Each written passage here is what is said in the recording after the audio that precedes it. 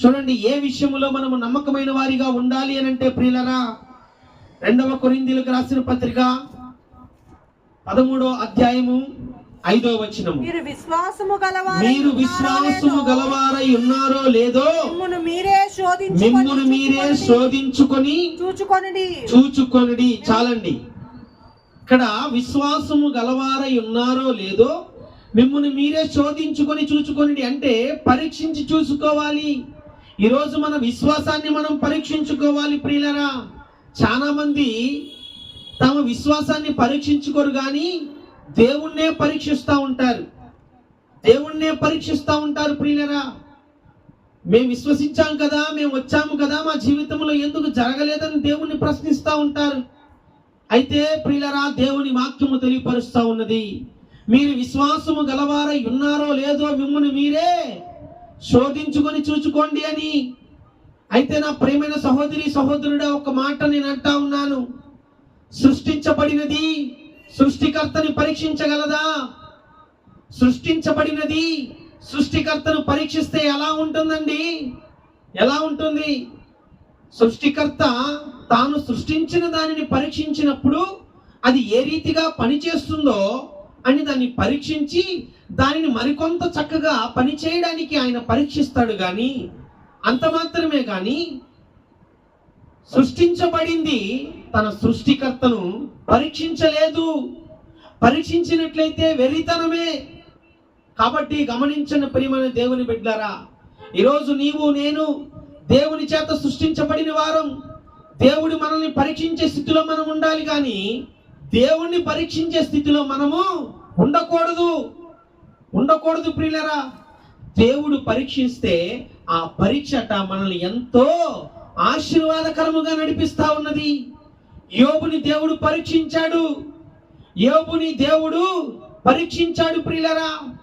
పరీక్షకు నిలిచినటువంటి వాడు ఏమవుతాడనంటే యాకోబు పత్రిక 1వ అధ్యాయము 12వ వచనములో ఒక మాట రాయబడి ఉంది, శోధన సహించువాడు ధన్యుడు, అతడు శోధనకు నిలిచిన వాడై ప్రభువు తాను ప్రేమించు వారికి వాగ్దానము చేసిన జీవ కిరీటము పొందును. ఆమేన్. ప్రియులరా, యోబు జీవితంలో దేవుడు పరీక్ష అనేది జరిగించాడు. యోబు ఆ పరీక్షకు నిలిచినటువంటి యోబు జీవితంలో ఏమి జరిగింది అని అంటే ప్రియులరా, దేవుడు 2 ఆశీర్వాదముతో యోబుని దీవించాడు, హెచ్చించాడు. కాబట్టి గమనించండి ప్రియమైన దేవుని బిడ్డలారా, సృష్టించబడింది సృష్టికర్తని శోధించకూడదు. సృష్టించబడినది సృష్టించిన వాని చేత శోధించబడినప్పుడు ఆశీర్వాదం. ఆ విధముగా శోధించబడినప్పుడు దీవెన, ఐశ్వర్యము, ఘనత ఇవన్నీ వస్తాయి. 1 కొరింథీయులకు రాసిన పత్రిక 10వ అధ్యాయం 13వ వచనం. సాధారణముగా మనుషులకు కలుగు శోధన తప్ప మరి ఏదియూ మీకు సంభవింపలేదు. దేవుడు నమ్మదగినవాడు, మీరు సహించగలిగినంత కంటే ఎక్కువగా ఆయన మిమ్మును శోధింపనీయడు. అంతేకాదు సహింపగలుగుటకు ఆయన శోధనతో కూడా తప్పించుకొను మార్గమును కలుగజేయును. దేవునికి స్తోత్రం కలుగును గాక. హల్లెలూయా. పిల్లరా, సాధారణముగా మనుషులకు వచ్చేటటువంటి శోధనలే మనకు వస్తాయి. అట్టి శోధనలే దేవుడు మనకిస్తాడు. అంతేగాని ఎవడైనా శోధించబడినప్పుడు కీడు విషయమై దేవుడు నన్ను శోధించాడు అని అనకూడదు. ఎందుకనంటే ప్రియులరా, ఒకవేళ మేలు కొరకే దేవుడు శోధిస్తాడు కానీ కీడు విషయమై దేవుడు శోధించడు. నీవు సహించగలిగేటటువంటి శోధనే దేవుడు నీకు ఇస్తాడు. యోబుకి అదే రీతిగా ఇచ్చాడు ప్రియులరా. యోబు ఆ శోధనలో నిలిచాడు. అతను నిలిచిన వాడై దేవుడు తాను ప్రేమించిన వారికి ఇచ్చేటటువంటి జీవ కిరీటాన్ని యోబు పొందుకున్నాడు. ఈరోజు దేవుడి వలన నీకు కలిగేటటువంటి శోధనలో నీవు నిలిచినట్లయితే నువ్వు ఆశీర్వదించబడతావు, జీవి కిరీటాన్ని పొందుకుంటావు. అంతేగాని దేవుని చేత సృష్టించబడినటువంటి నీవు నీ సృష్టికర్త అయినటువంటి దేవుణ్ణి నీవు శోధించే స్థితిలో నువ్వు ఉంటే, నీవు ప్రియులరా గమనించండి, నీవు దేవుడు నీ పట్ల శత్రువైపోతాడు. దేవుణ్ణి నువ్వు శోధించే స్థితిలోనికి నువ్వు వెళ్ళిపోతే ప్రియులరా గమనించండి, దేవుడు నీకు విరోధిగా ఉంటాడు. అయితే దేవుని వాక్యము చెప్తా ఉన్నది, దేవుడంట సహించేటటువంటి శోధనే ఇస్తాడు. అంత మాత్రమే కాదట, అట్టి శోధనలో కూడా నీకు తప్పించుకునేటటువంటి మార్గాన్ని దేవుడు కలుగజేస్తాడు. దేవుడు నీకు శోధించాడనుకో, నిన్ను పరీక్షించాడనుకో, ఆ పరీక్ష దేనికేనంటే మేలు కొరకే, నీ ఆశీర్వాదము కొరకే, నీ దీవెన కొరకే, నీ స్వస్థత కొరకే, నీ విడుదల కొరకే దేవుడు నిన్ను శోధిస్తాడు, నిన్ను పరీక్షిస్తాడు. యోబు జీవితంలో అదే చేశాడు. దానికి నిలిచినటువంటి యోబు రెండింతల ఆశీర్వాదాన్ని పొందుకున్నాడు. ఈరోజు నీవు కూడా నిలిచినట్లయితే శోధనలో నువ్వు ధన్యుడవై, దేవుడు నీకు కూడా రెండింతల ఆశీర్వాదాన్ని ఇస్తాడు, గొప్ప ఘనతని ఇస్తాడు. అదేవిధంగా ప్రియులరా గమనించండి, ఈ లోకములో మనిషి కొన్ని శోధనలు తెచ్చుకుంటా ఉన్నాడు. దేవుడు కలుగజేసే శోధనలో మనకు ఆశీర్వాదం ఉన్నది, మనకి ఘనత ఉన్నది, మనకి మేలున్నది, మనకు ఆశీర్వాదం ఉన్నది, మనకు విడుదల ఉన్నది, మనకు స్వస్థత ఉన్నది. కానీ ప్రియులరా మనము తెచ్చుకునేటటువంటి శోధనలో మనకి ఆశీర్వాదము లేదు, మనకి శాపమే ఉంది. చూడండి, యాకోబు పత్రిక 1వ అధ్యాయము 13-15 వచనాల్లో మనము చూసినట్లయితే తన చక్కటి మాట రాయబడి ఉంది. ప్రియులరా, దేవుడు కీడు విషయమై శోధింపనేరడు, ఆయన ఎవరిని